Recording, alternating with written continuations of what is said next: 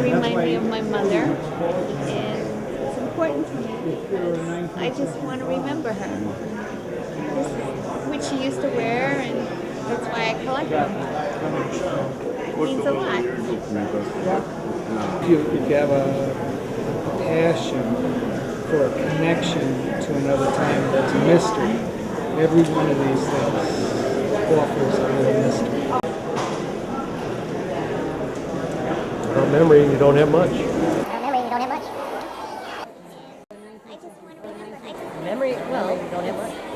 You don't have memory. Almost everything, actually, if you think about memory. Direct connection to the past to the now. Memory, well, it's almost everything, actually, if you think about memory.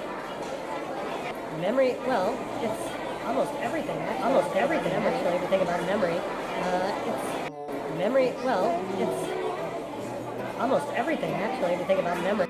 Oh my Lord, oh low is the levee, but the war is bigger than the water is heavy. Oh Lord, let's go down to the valley. There's a blind man looking for the way.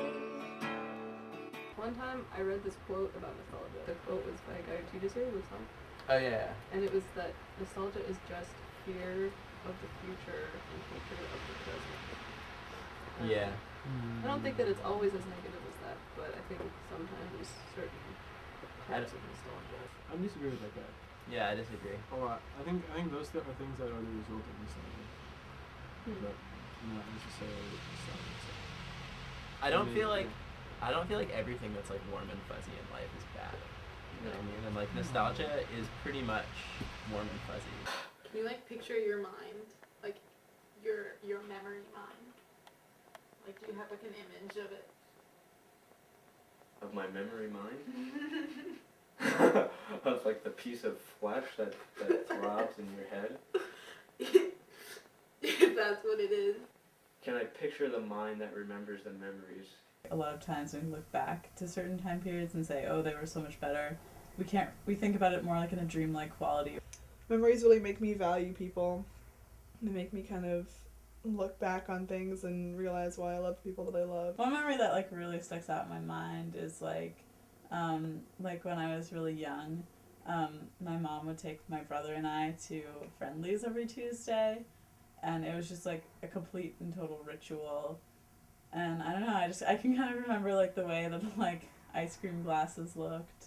For me, especially, memories are super important because I've had my mom passed away. It's just like the only thing that like I could really have of her that still is, still living. I need memories because otherwise I can't imagine what I'd do if I forgot my mom. I think I'd be like a happier person if I like could remember things.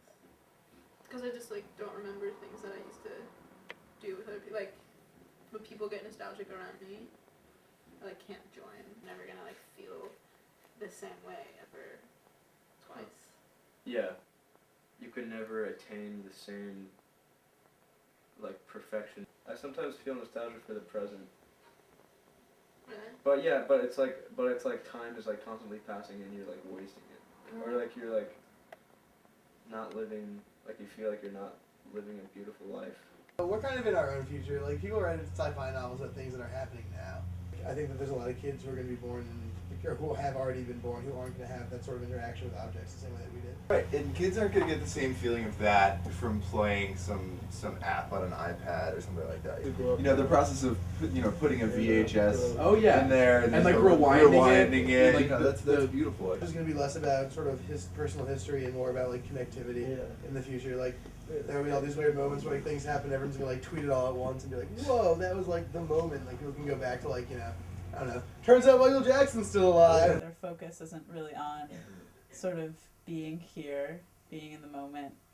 And it's weird because the internet isn't really the past either. It's just it's almost like living in the future. I mean, how are we supposed to know what's actually going to happen in the future? And it just feels almost like a generation of like worrying. We've lost a lot of the care that used to be put into things and the human connection that was present before we had all these machines that we could replace people with. the fact that one person's voice won't mean as much as like this like group machine thing. We're in a sea of nostalgia right now. You know, people with like dated mentalities who like, oh, this is the old way of things.